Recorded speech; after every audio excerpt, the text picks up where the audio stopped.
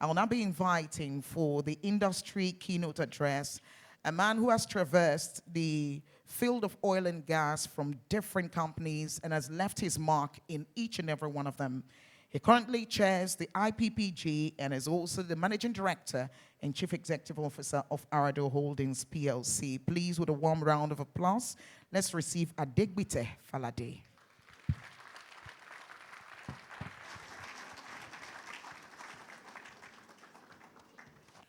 On behalf of Ippg, it's my distinct honor to welcome you to this special 25th edition of NOG Energy Week.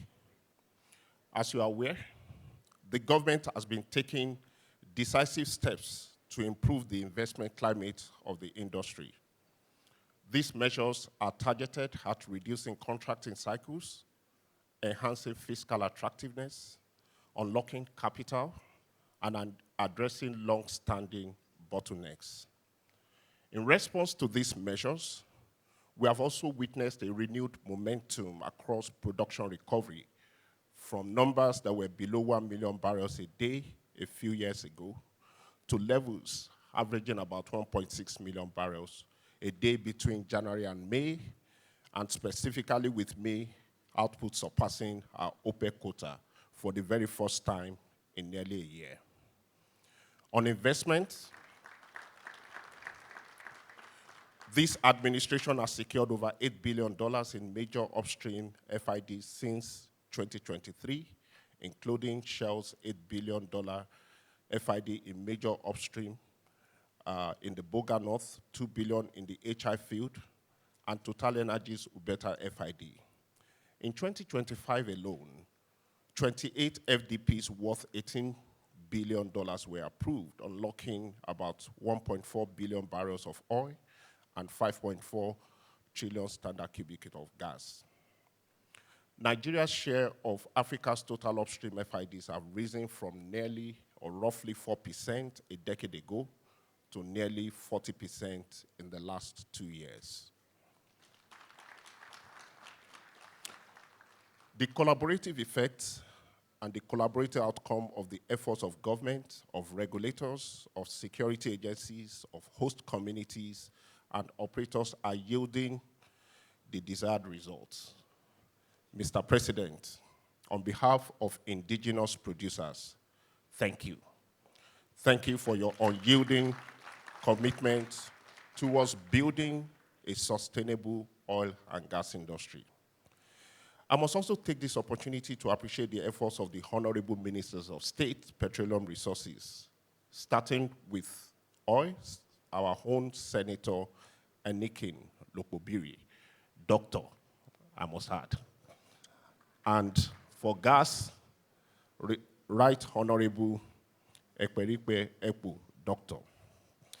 The Special Advisor to the President on Energy, Mrs. Olu Verenjen, the Commission Chief Executive of the Upstream Regulator, Mrs. Orishemeyiwa Eyesan, the Authority Chief Executive of NMDPRA, Mr.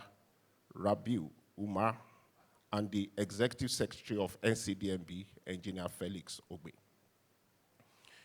A massive congratulations to the organizers of NOG Week on your Silver Jubilee, under whose watch this conference has earned its place as one of the premier meeting points for global industry stakeholders, and has become a vital platform where policy, capital, technology, and ambition converge to drive progress for both our industry and our country. 25 years is a remarkable milestone for any platform, and we look forward to celebrating many more monumental achievements in the years to come. A massive shout out to NMPC, to the chairman of the board, Engineer Ahmed Kida, and the entire board, to the CEO, I don't know whether to say engineer, but I will say Engineer Bashir Bayo Ojulari, for your sustained support for this very distinguished platform. Distinguished ladies and gentlemen, our industry does not operate in isolation. It is shaped in part by geopolitics that we do not control, but our resilience depends on how well we position ourselves ahead of the next disruption. For example, when the Russia-Ukraine crisis disrupted European gas and refined product supplies in 2022, global buyers scrambled for alternatives. Nigeria, with the 10th largest gas resource in the world, held real leverage. But capacity constraints and delayed FIDs meant that we could not scale exports quickly enough to fully take advantage of that window.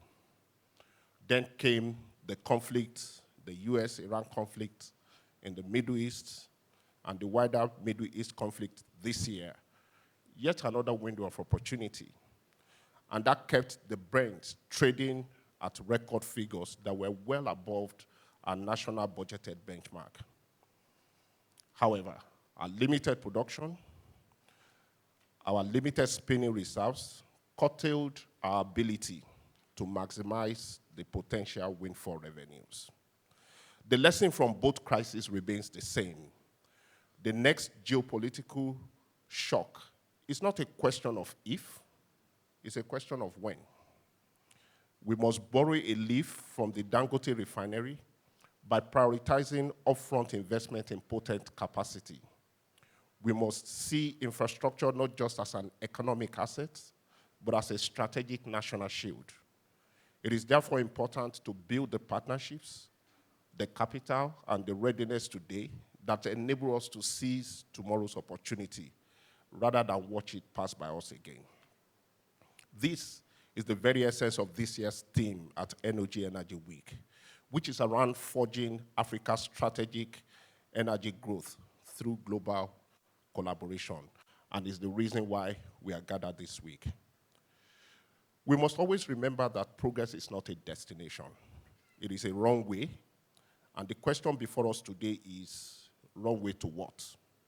For decades, we have measured industry success largely by barrels produced, cargoes lifted, and revenues collected. Those measures are important, but they do not translate in harnessing the true potential of our vast hydrocarbon resources. For us, as Nigeria, the key question is whether we have the courage, the discipline, and the urgency to convert these resources into national value, industrial development, and shared prosperity. A country that produces crude but cannot refine at scale is exposed. A country that produces gas but cannot process, transport, and utilize it efficiently to drive growth is constrained. A country that exports raw molecules but imports finished energy products has not yet fully captured the value of its resources. Nigeria's hydrocarbon development must go beyond merely extracting crude, oil, and gas. Our national production aspiration is commendable, but we must focus beyond production to the level of national development derived from the entire value chain. We must ask deeper questions on what this incremental production will translate into. How many jobs are created for Nigerians? How much local capacity is built? How much crude is refined locally? How much gas is processed into LPG, CNG, power, fertilizer, petrochemicals, and the industrial feedstock? How many communities are connected to real economic opportunities? How many Nigerian engineers, technicians, welders, geoscientists, process operators, traders, and project managers are developed into world-class professionals? For Nigeria to fully benefit from its hydrocarbon resources, we must build an industry that is resilient and investable before the next opportunity arises. It is against this backdrop that Ippg is calling for urgent measures to be undertaken by all relevant stakeholders in addressing 4 key but not totally exhaustive areas. First, there must be a shift in government posture from collector to catalyst.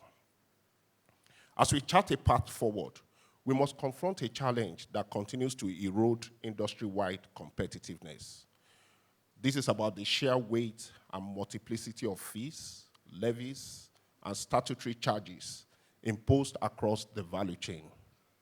Today, the Nigerian oil and gas industry remains the most taxed and the most levied. And perhaps globally, as of today, there are over 270 separate fees, tax, and levies being paid in the industry. These fees from multiple agencies and the cumulative burden threatens to outpace fiscal incentives introduced under the Petroleum Industry Act, and they counteract the intention to retain and attract investment. We therefore urge government and all those who are involved to undertake a comprehensive harmonization of all fees and levies across all agencies to eliminate duplication, to ensure transparency in how these charges are computed and applied, and to align the overall fiscal burden with the incentive-driven spirit of the PIA. Number two, the talent crisis, the cost of inaction. Another area that demands immediate attention is talent development. There is a manpower and competence crisis emerging, and it is one that poses an existential threat to the industry. Many of the professionals who built and operated Nigeria's legacy assets are retiring or have left the system. IOC divestments in recent years has further exacerbated this issue. At the same time, new technologies, new operating models, new safety expectations, and new commercial realities require a different depth of capability. It is therefore incumbent of every operator to commit significant effort and investment to hiring, training, and empowering the right talent. This is not corporate social responsibility, it's at the core of our business survival. Number three, the future is integrated, transitioning from commodity exporting into a broader value-enhanced midstream and downstream industry. The future of this industry will not be determined by upstream production alone. It will be determined by how effectively we create viable linkages between the upstream and midstream sectors, including downstream sectors, connecting production to processing and all the likes in the value chain. The future is not just about hydrocarbon production, it is about how we manage them efficiently. The fourth one, revisiting the PIA, working collaboratively for a winning PIA. Finally, we must speak about the Petroleum Industry Act.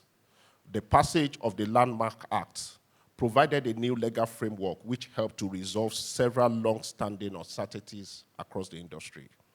5 years on, we believe the time has come for a comprehensive and an all-inclusive review of the Act. This provides an opportunity to address the practical and commercial realities of the PIA in a very single and coordinated exercise that focuses on critical improvements, consolidating on the progress that we have all collectively achieved to date, clarifying ambiguities that has been experienced in the course of implementation, and most importantly, strengthening the PIA by codifying into law the series of executive orders and presidential orders which have all been widely applauded in the industry. As I round up, distinguished ladies and gentlemen, the task before us is enormous, but it's achievable. What is required is alignment and execution, regulations that enable speed without compromising standards, fiscal environment that is competitive and rewards investment, security across our operating corridors, expansion and upgrade of crude oil and gas infrastructure, both for export and domestic markets. Let this 25th NOG Energy Week mark the moment that we take it to the next level, the progress on the conversation on how best we move decisively from extraction to value creation and choose competitiveness over complacency. The next chapter of Nigeria's energy story will be written by those who are bold enough to invest, honest enough to reform, and united enough to act. Ippg and its members stand ready as partners in that work. I thank you all for your attention and wish you a pleasurable and engaging time at the 2026 NOG Energy Week.